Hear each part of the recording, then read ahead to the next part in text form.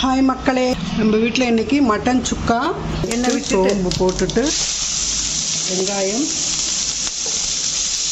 பச்சை மிளகா, கருவேப்பிலை போட்டுட்டேன். வதக்கிட்டு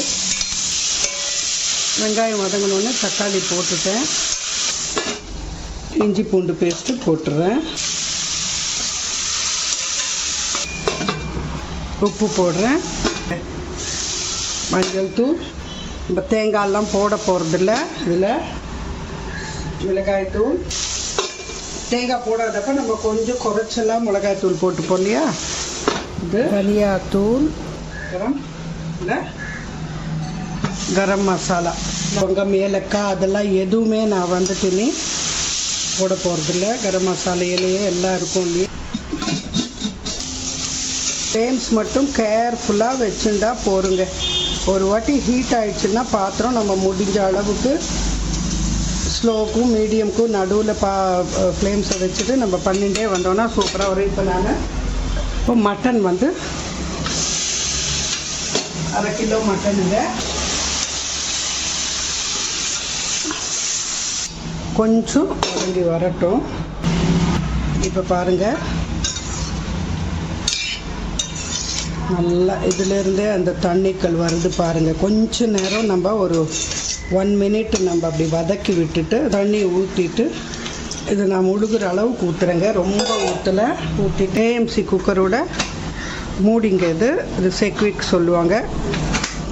லாக் பண்ணிடுறேன். இந்த கடைசி பாயிண்ட்டுக்கு வந்துடும். அப்போ நம்ம ஆஃப் பண்ணிக்கலாம். இப்போ இது நம்ம இந்த ஸ்டவ்வில் வச்சுட்டு அது வெந்துன்னு இருக்கட்டுங்க. அதுக்குள்ளே நான் வந்துட்டு இது மீன் குழம்பு பண்ணிக்கிறேன். அதை ஆன் பண்ணிடுறேங்க. ஏன்னா நம்மளுக்கு டைம் வேஸ்ட் ஆகுது.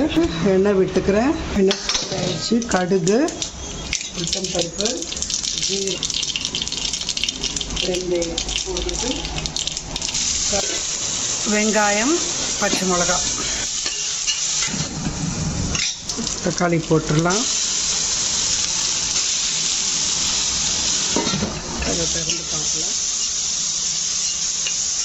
அதில் இஞ்சி பூண்டு இதை போட்டுடுறேன்.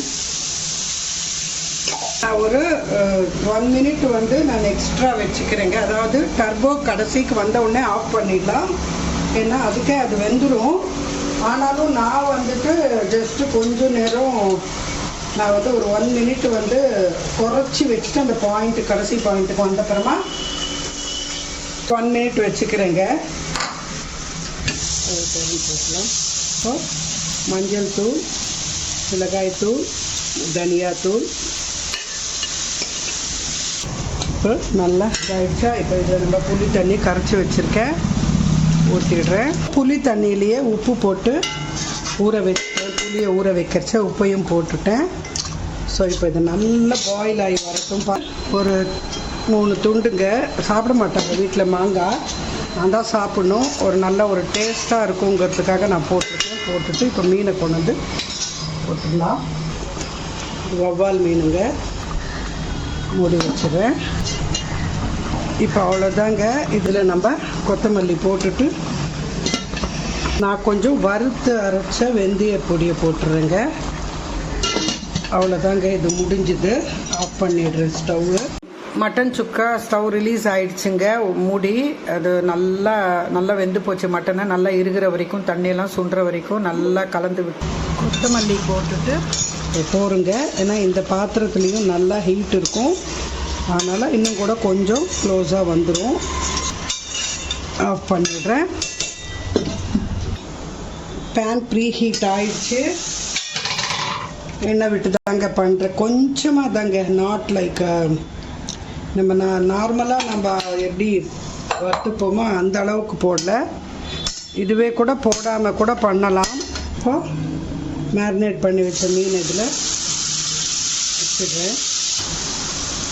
இந்த மசாலாஸும் இப்படி போட்டுடுறேங்க. ஒரு 1 மினிட் கழிச்சுட்டு பார்க்கலாம். திருப்பி போட்டுக்கிறேன். இப்போ பாருங்கள், இது ஆக்சுவலாக ஆயிடுச்சு. நான் ஆஃப் பண்ணிடுறேன். உங்களுக்கு ஆனால் நான் இப்போ காட்ட மாட்டேங்க. இப்போ எடுக்கிறச்சு உங்களுக்கு உதுந்த மாதிரி ஆகிடும். கொஞ்சம் நேரம் கழிச்சுட்டு நான் உங்களுக்கு இதை கடைசியில் எடுத்து காட்டுறேன். இது தீயறதெல்லாம் கிடையாதுங்க. இதோட எசன்சஸ் பூரா அதில் அந்த லிக்விடாக இருக்கிறதெல்லாம் ஒட்டி இருக்குது. நீங்கள் கொஞ்சம் நேரம் கழிச்சுட்டு எடுத்திங்கன்னா அதோடு அழகாக எடுத்துக்கலாம். ஆஃப் பண்ணிடுறேன். நம்ம சமையல் முடிஞ்சது, பார்க்கலாம் வாங்க. மட்டன் சுக்கா, வவ்வால் மீன் குழம்பு பாருங்க. இது உங்களுக்கு அப்படி கருப்பாக தெரியுதே தவிர இது வந்துட்டு உங்களுக்கு ஒன்றும் ஆகலைங்க. இது கருப்பு ஆகி தீயெல்லாம் இல்லைங்க.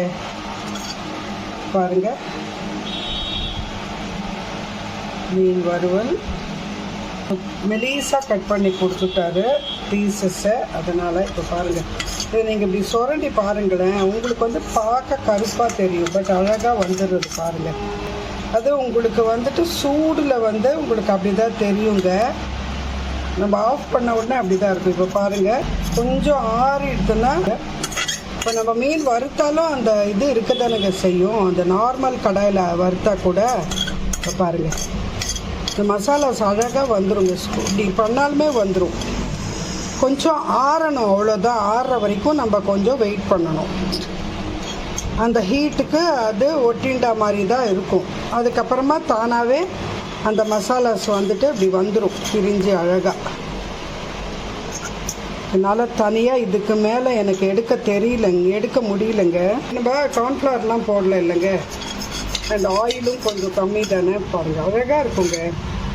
இது வந்து தீஞ்சா மாதிரி இருக்குதுன்னு வந்து my sister and my aunt இன்னும் தீஞ்சிட்டா மாதிரி இருக்குது அப்படிங்கிறாங்க.